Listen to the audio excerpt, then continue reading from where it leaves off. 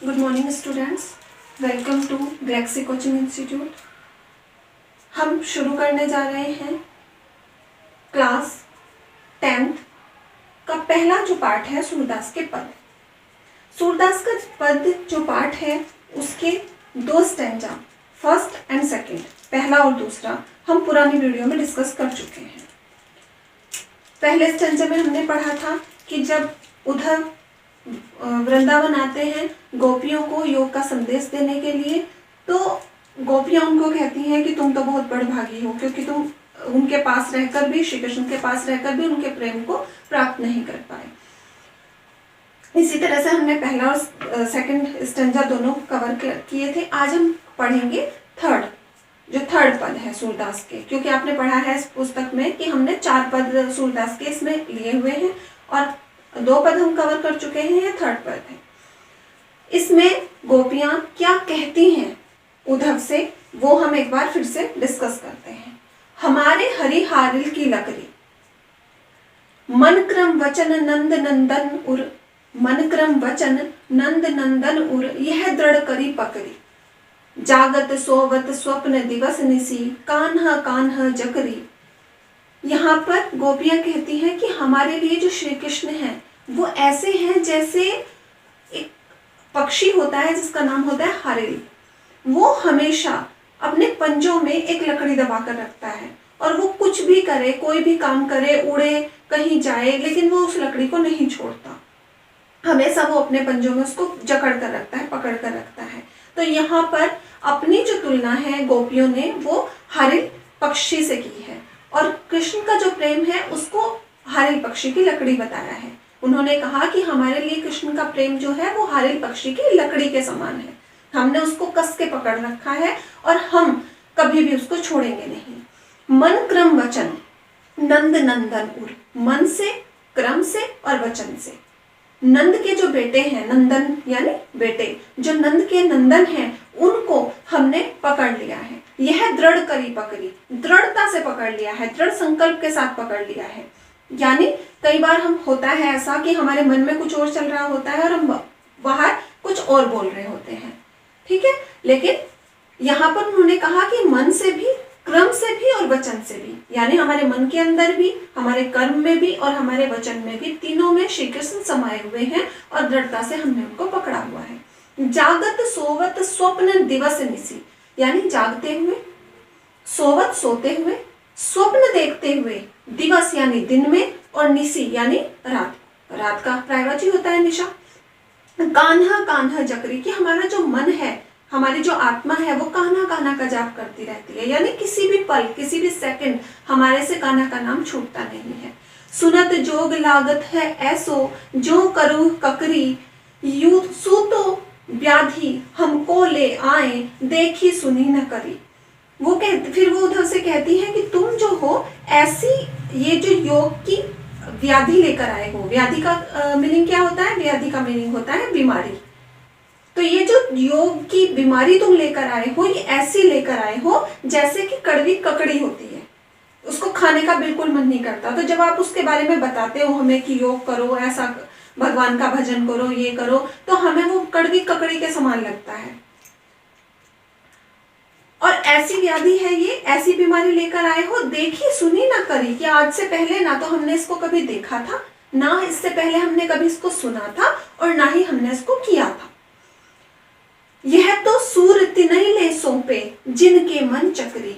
तो हे उद्धव, ये जो योग का संदेश तुम लेकर आए हो, इसको तुम उन लोगों को सौंप दो जिनका मन चक्री है।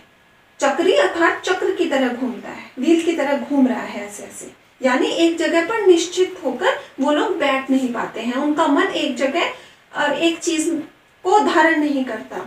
आज उनको ये चीज लग जाती है, कल दूसरी लग जाती है, परसों तीसरी लग जाती है। तो वो चक्री की तरह, उनका कोई दृढ़ संकल्प नहीं है, वो घूमते रहते हैं। हमने तो अपने कृष्ण को हरियल पक्षी की लकड़ी की तरह पकड़ लिया है और हमारे मन में तो 24 घंटे उन्हीं का नाम का जप होता रहता है। तो ये जो योग का संदेश तुम लेकर आए हो श्री कृष्ण के कहने से हमारे लिए, ये तुम उनको जाकर दो जिनका मन चक्री की तरह घूमता रहता है, यानी एक स्थान पर निश्चित नहीं हो पाता।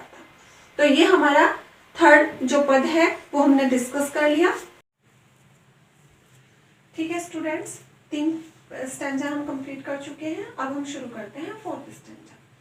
4th जो स्टैंजा है उसमें सूरदास जी कहते हैं कि गोपियां जो हैं वो मधुकर को, यानी मधुकर किसका पर्यायवाची होता है? भोरे का, भवरे का पर्यायवाची होता है। तो मधुकर को इंडिकेट करके, मधुकर को इंगित करके कह रही हैं कि हरि है राजनीति पढ़ाए, कि हरि जो है अब उन्होंने राजनीति पढ़ ली है। राजनीति कैसे पढ़ ली है? क्योंकि वो वृंदावन में थे तो गायों को चराते थे और गोपियों के साथ और उनके साथ सबके खेलते थे, बांसुरी बजाते थे। अब वो कहाँ चले गए हैं? मथुरा चले गए हैं, वहां जाकर राजा हो गए हैं। तो अब उन्होंने राजनीति पढ़ ली है। समूची बात कहत मधुकर के समाचार सब पाए, कि हमने सब समाचार पा लिया है। अब जो है हरि मीन्स कृष्ण राजनीति पढ़ाए हैं। एक अति चतुर होते पहले ही अब गुरु ग्रंथ पढ़ाए, कि जो कान्हा है, जो कृष्णा है, वो पहले से ही बहुत चतुर है। बचपन से ही हम सब ने उनकी लीलाएं सुनी है, देखी है। तो वो जो है बचपन से ही बहुत चतुर है और अब तो उन्होंने गुरु ग्रंथ पढ़ ली, अब तो उन्होंने राजनीति पढ़ ली, तो अब तो उनको बहुत ही ज्यादा ज्ञान हो गया है। ये व्यंग कर रही हैं गोपियां उन पर कि इतना ज्ञान हो गया है, इतना भला बुरा उनको समझ आने लगा है कि उन्होंने जो है उनकी जो बुद्धि है, बड़ी बुद्धि जानी जो उनकी, जोग संदेश पठाए, कि इतनी बुद्धि उनकी बढ़ गई है, इतनी ज्यादा हो गई है मात्रा में कि उन्होंने योग संदेश लेकर उद्धव को हमारे पास भेजा है। उद्धव भले लोग आगे के परहित डोलत भाई, और जो परहित डोलत भाई, तो जो उद्धव हैं वो बहुत ही भले हैं, हम उनको क्या दोष दें? अब उद्धव को तो संदेश दिया गया और वो हमारे पास लेकर आ गए, तो हम उनको क्या बुरा कहें, क्या उनको दोष दें? उनका तो कोई दोष नहीं है, वो तो भले लोग हैं, दूसरों का हित चाहते हैं। कान्हा ने उनसे कहा और वो आ गए। अब अपने मन फेर पाए हैं, चलत जुहरत चुराए। तो वो फिर उद्धव से कहती है कि उद्धव, जब तुम यहाँ से वापस जाओगे मथुरा, तो श्री कृष्ण से कहना कि जब वो यहाँ से जा रहे थे तो हमारे जो मन है, हमारे जो दिल है, वो अपने साथ ही ले गए थे। हमारे पास हमारा दिल है ही नहीं समझने को जो तुम हमें समझाना चाहते हो। हमारे दिल तो उनके साथ ही चले गए थे उसी वक्त। ते क्यों अनीति करे आपुन जे, और अनीति छुड़ाए। और कृष्ण गए किस लिए थे मथुरा? अत्याचार का विनाश करने के लिए। जो अत्याचारी लोग वहां पर थे, जो जनता के साथ अनीति करते थे, उनको नाश करने के लिए, उनको दंड देने के लिए गए थे। लेकिन ये तो उल्टा हो गया, वहां जाकर उनको दंड देना था, लेकिन उन्होंने तो हमको ही दंड देना शुरू कर दिया, प्रजा को ही दंड देना शुरू कर दिया। राज धर्म तो यह सुर, जो प्रजा न जाई सताए। तो सूरदास जी यहाँ पर कहते हैं कि राजधर्म क्या है, क्या होता है राजधर्म? राजधर्म ये होता है, राजा का धर्म ये होता है कि जो उसकी प्रजा है वो उसके सुख का सबसे पहले ध्यान रखता है, उसके सुख का सबसे पहले ख्याल रखा जाता है। चाहे राजा के पास कोई चीज हो या ना हो, लेकिन वो उसका जो फर्ज है, राजा उसे इसीलिए बनाया जाता है कि जो भी उसकी प्रजा है, जो भी लोग उसके संरक्षण में हैं, उनका वो ध्यान रखे हर तरह से। लेकिन यहाँ तो उल्टा ही हो गया है।